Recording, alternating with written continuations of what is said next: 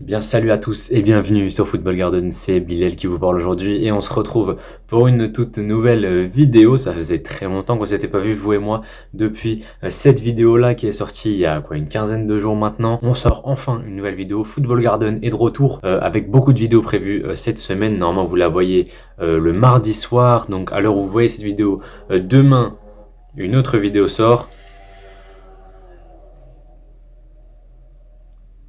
Demain, une autre vidéo sort qui va parler de Rasmus Højlund, le jeune attaquant de Manchester United, le jeune nouvel attaquant de Manchester United qui a signé en provenance de l'Atalanta avant-hier.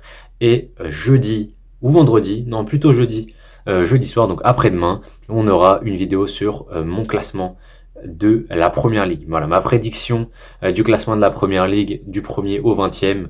Ce sera donc jeudi ou alors vendredi, on verra. Mais dans tous les cas, c'est pour bientôt. Je viens de me rendre compte qu'il y avait ma souris juste là, qu'on voyait un petit peu. Donc je l'ai décalé pour que ce soit un petit peu mieux pour vous, évidemment. Donc du coup, on parle aujourd'hui de la pré-saison de Chelsea qui est officiellement terminée. La première ligue reprend dimanche pour nous. Et donc du coup, on a donc une semaine de temps libre pour tout le monde.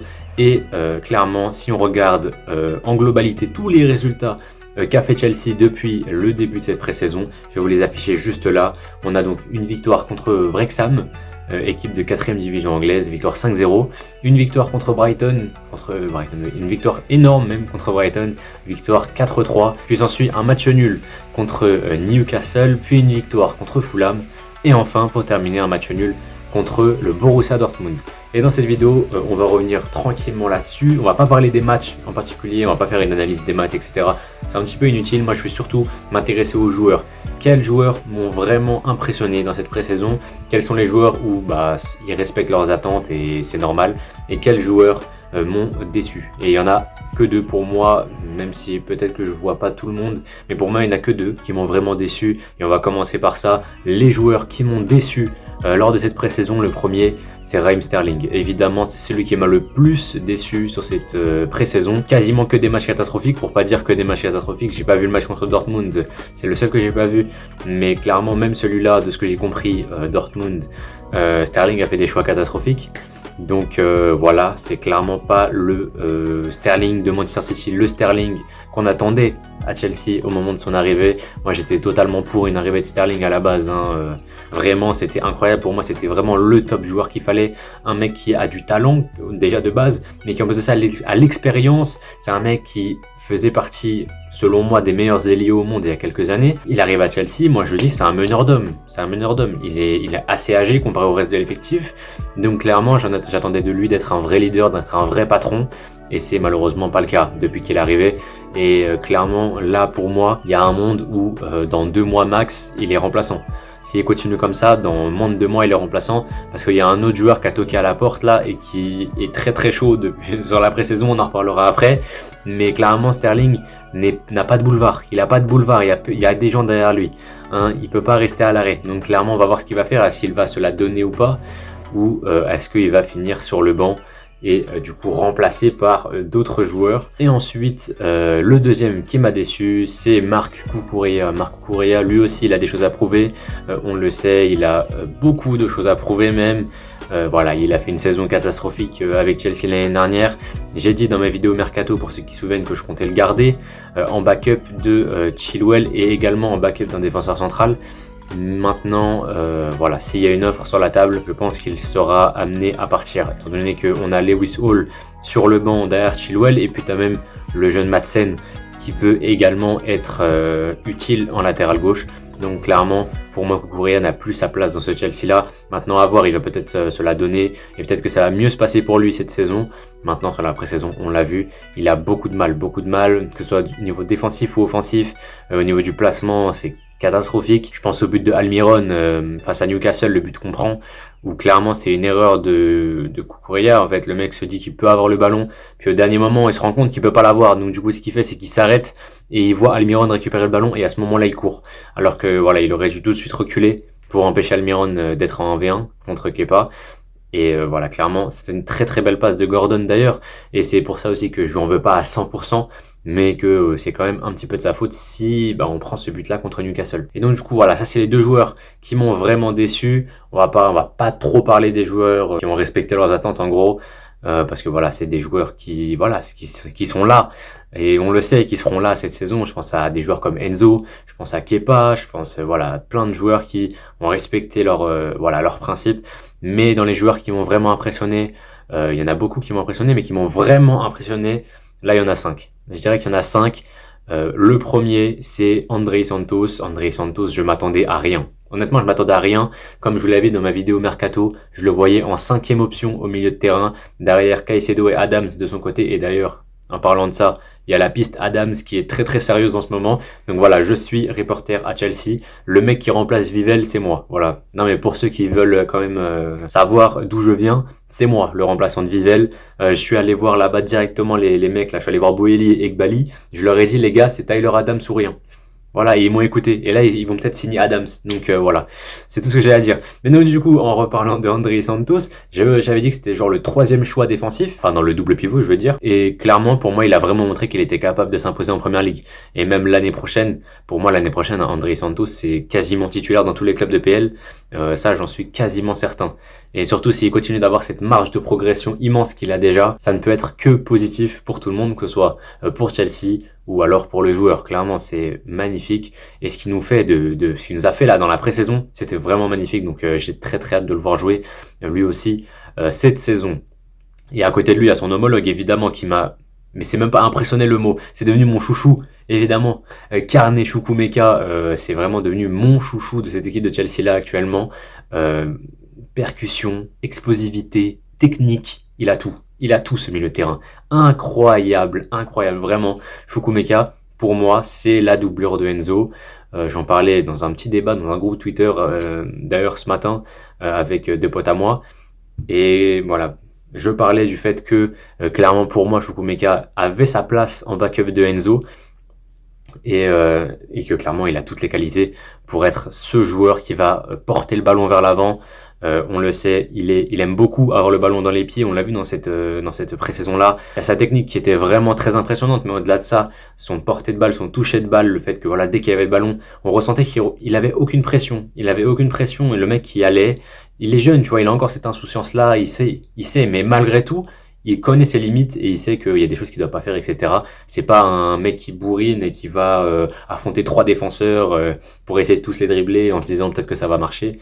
Voilà, clairement on n'est pas sur ce style de joueur-là, mais ça m'a vraiment fait très plaisir de le voir à un tel niveau. Il a déjà été très positif l'année dernière, malgré un Chelsea cadavérique toute la saison. Lui, il a réussi un petit peu à sortir sa tête de l'eau des fois, pas souvent évidemment, mais il y a quelques fois où il a joué, parce qu'il a pas beaucoup joué, et où il a vraiment montré de belles choses. Donc ça, c'est clairement positif là encore. Et le troisième, j'avais dit qu'il y en avait 5, mais je vais surtout parler de 3 en particulier. Le troisième qui m'a vraiment, vraiment, vraiment impressionné, c'est Nicolas Jackson. Évidemment Nicolas Jackson. Mais ce mec-là est un crack. Ce mec-là est un crack. C'est vraiment le poulet, ce mec. Pour ceux qui n'ont pas vu Jackson jouer, attendez l'APL commence. Attendez qu'elle commence seulement et regardez les matchs de Chelsea. Regardez Jackson, s'il vous plaît. Jackson, il a toutes les qualités. C'est un œuf complet à mort. Honnêtement, j'avais un peu peur. C'est pas pour rien que dans ma vidéo Mercato, je le mettais en remplaçant de Dusan Vlahovic. Et clairement, là, il m'a montré que c'était pas une doublure, le mec. Le mec arrive pour jouer. Il arrive pour être titulaire. Il l'a annoncé. Au moment où il arrivait, il a dit qu'il allait faire de très grandes choses à Chelsea. Et c'est ce qu'il avait dit. Hein, vous pouvez aller regarder sa vidéo de présentation. Au moment où vous voyez la vidéo où il dit ouais, on m'appelle Nix, il descend du van et tout. Après, il se pose comme ça là sur le bridge et tout. Voilà. Il dit, je vais faire des grandes choses ici, et je pense très sincèrement qu'il va faire de très grandes choses à Chelsea. J'en suis même convaincu. Nicolas Jackson, je n'ai pas peur de le dire, ce joueur-là est l'avenir du club. En pointe, c'est lui, le futur numéro 9 qui va briser la malédiction des numéros 9, c'est lui. J'espère qu'il va avoir le numéro 9 pour enfin briser cette malédiction, je vous en supplie. Et voilà, j'ai pas peur de le dire, clairement, on est sur un top joueur, et pour 30 millions d'euros, honnêtement, c'est donné, clairement c'est donné. Et j'ai tellement hâte de le voir, et en plus il a tellement bien combiné sur la pré-saison, que ce soit avec Nkunku qui malheureusement est blessé. On n'a toujours pas la durée d'indisponibilité, on espère que ce sera pas un truc de fou. Voilà, si ça peut être genre un mois et demi max, j'espère. Enfin, je veux le voir vite en fait en première ligue, Nkunku. J'en parlerai pas dans cette vidéo d'ailleurs, mais j'en ferai peut-être une vidéo détaillée au moment où il reviendra de blessure. Peut-être que voilà, s'il enchaîne des matchs de qualité, on verra pour en parler tout simplement. Et donc du coup voilà, Nicolas Jackson il combine avec Nkunku, il a très très bien combiné avec Modric. Modric il fait partie évidemment des 5 joueurs qui m'ont vraiment impressionné, parce que là encore c'est comme André Santos, je m'attendais vraiment à rien de la part de Modric. Honnêtement je m'attendais à une autre saison à peu près du même level que celle de l'année dernière au moment où il est arrivé, et où je le voyais clairement remplaçant, mais aujourd'hui il toque à la porte des titulaires, clairement il montre que il en a dans le ventre, il en a dans le ventre. Et clairement, j'ai tellement hâte de le voir en première ligue, voir s'il va faire ce qu'il nous a montré lors de la pré-saison. Juste 2 secondes, je vous mets la vidéo qui apparaît maintenant à l'écran normalement si j'ai bien fait mon taf. Ce contrôle de Modric. Voilà, on en parle ou pas besoin? Non, parce que honnêtement, hein, quand c'est Vinicius ou Neymar qui tentent ça, là ça crie au génie, ça crie au Joga Bonito, voilà tout ça. Mais quand c'est Modric, ça dit rien. Mais quel contrôle? Mais c'est quoi ce contrôle de fou? Mais l'année dernière, il savait pas faire un contrôle simple, et là, il nous fait un contrôle du turfu, mon gars. C'était exceptionnel. Donc, clairement, Modric, au top. Et voilà, j'en parlerai pas beaucoup plus. J'attends juste de voir comment ça va se passer lors du début de saison de Première Ligue et lors du premier match contre Liverpool. Et enfin, voilà, je vais pas trop en parler, mais Malo Gusto, c'est le dernier qui m'a vraiment impressionné. Voilà, offensivement comme défensivement, toutes ses qualités ont vraiment été montrées, et j'ai l'impression qu'il est même bien meilleur qu'à Lyon l'année dernière. Enfin, j'avais pas souvenir de voir Malo Gusto aussi fort défensivement, mais bref, on en reparlera peut-être bientôt, étant donné que Reece James est un joueur qui, malheureusement, on le sait, est pas mal blessé ces derniers temps. Donc, avoir un Malo Gusto en backup de James, c'est top tier. C'est clairement top tier. Passer de Azpilicueta à Gusto, clairement, j'aime beaucoup Azpilicueta, évidemment toujours dans mon cœur, le capitaine des Blues. Mais Azpilicueta, quand tu passes de lui à Malo Gusto, ah, faut pas être asthmatique. Faut pas être asthmatique parce que clairement, c'est pas le même style de jeu. Ah, je sais pas si vous avez vu passer la vidéo de Malo Gusto où il fait des tours du monde. Après, il passe le ballon derrière sa jambe. C'était monstrueux. Peut-être que je pourrais vous la placer à côté. Normalement, si je la retrouve, ça devrait être assez tranquille à trouver. Le mec est trop fort. Non, le mec est trop fort, clairement. Donc voilà. Moi, j'en ai fini au niveau des joueurs qui m'ont impressionné et déçu. Et je vais rapidement parler de Pochettino et lui dire pour le moment bravo. Voilà, il a fait sa pré-saison. J'avais très peu de confiance en lui au départ. Évidemment, vous savez, il a un passif que je n'aime pas personnellement. Voilà, et je l'aime pas parce que évidemment, il a joué à Tottenham. Donc clairement, toute personne passée par Tottenham qui signe à Chelsea, pour moi, c'est que du négatif. Maintenant, voilà, il a fait une très bonne pré-saison. Faut lui donner les clés. Clairement, faut lui donner les clés et voir ce qu'il va faire de cette équipe-là. Il y a Caicedo qui potentiellement arrive, on sait pas encore, mais normalement il est là. Mais il y a également Tyler Adams qui, voilà, va avoir sa clause libératoire sautée d'ici quelques heures, quelques jours. Normalement, avant Liverpool, il sera un joueur de Chelsea aux côtés de Enzo Fernandez. Et on va voir comment est-ce que Pochettino va démarrer sa saison de Première Ligue avec Chelsea. Et je vous ne donne aucune indication sur mon idée de là où Chelsea va terminer au classement de Première Ligue, parce que je vous laisse ça pour la vidéo qui sortira dans quelques jours sur mon classement de la Première Ligue. En tout cas, voilà, je vous laisse là-dessus. Je pense que j'ai fait à peu près le tour de cette pré-saison. Ça faisait longtemps qu'on n'avait pas une pré-saison si positive, donc c'est vraiment cool. Ça change de l'année dernière où on perdait contre Charlotte et, et qu'on prenait 4-0 par Arsenal. En tout cas, voilà. D'ailleurs, je m'excuse pour la lumière que vous voyez là à gauche. En fait, je peux pas changer le reflet. Et si je referme le rideau, ben en fait, on voit plus rien. Et avec la lumière, ça fait des reflets sur les spots qui sont genre là. Voilà, ça fait aussi des reflets. Donc clairement, dans tous les cas, il y a des reflets. Ça m'énerve, mais bon, on peut pas trop y changer, malheureusement. En tout cas, voilà. Moi, je vous laisse là-dessus. C'était Bilal de la chaîne Football Garden. N'hésite pas à t'abonner, à partager et à liker cette vidéo en balle. En balle, on est bientôt 1000 abonnés sur la chaîne. Il faut qu'on passe les 1000. Il faut qu'on passe les 1000. Voilà. Je pense que cette saison, ce sera la saison des 1000 abonnés et peut-être même plus. En tout cas, je l'espère. Évidemment, Football Garden est de retour. Ne vous inquiétez pas. Walid revient de vacances cette semaine normalement. Il va s'occuper des miniatures des 3 vidéos qui vont sortir là cette semaine.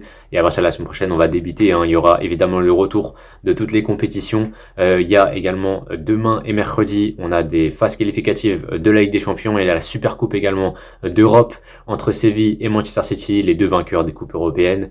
Et le week-end prochain, le début des championnats, que ce soit la Première Ligue ou la Ligue 1, et derrière il y aura la Liga, si je ne dis pas de bêtises, la Bundesliga et la Serie A qui commencent une semaine après. Donc voilà, ça fait un très gros programme pour la fin du mois d'août et pour la suite de la saison évidemment.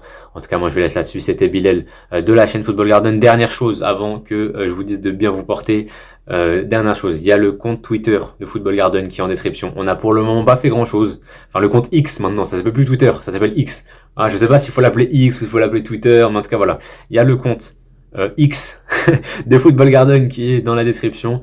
Allez foncer et allez vous follow en masse les frères. On n'a pas encore vraiment avancé, il y a juste un petit thread sur Kangin Lee pour ceux que ça intéresse. Mais voilà, si on voit qu'il y a de l'engouement autour de ce compte Twitter, on fera beaucoup plus de contenu évidemment dessus, surtout Walid, hein, parce qu'il a l'air de bien kiffer le format Twitter. Donc voilà, moi je vous laisse là-dessus cette fois-ci pour de vrai. C'était Bilal de la chaîne Football Garden, portez-vous bien et la paix sur vous.